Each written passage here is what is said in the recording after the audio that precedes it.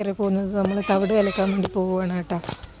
നമ്മൾ തവിട് കലക്കാനുള്ള പാത്രം ഇവിടെ വയ്ക്കാം. തവിട് കലക്കേണ്ട ഓരോ ചാക്കുകൾ ഇരിക്കുന്നുണ്ട്.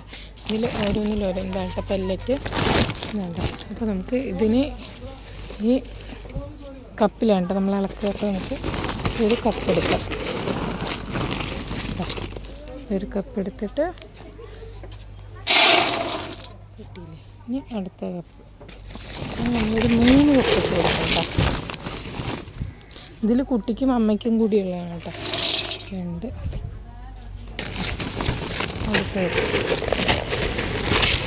അപ്പോൾ അപ്പു പാല് കൊടുക്കാൻ വേണ്ടി പോവുകയാണ്. അപ്പോഴേക്കും ഞാനിതാ വെള്ളം കലക്കാണ്ട് പോത്തിനുള്ളിൽ കലക്കണം കേട്ടോ.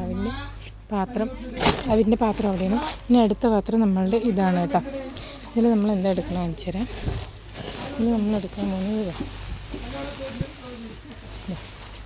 ഇതാണ് നമ്മളുടെ പൊട്ട്.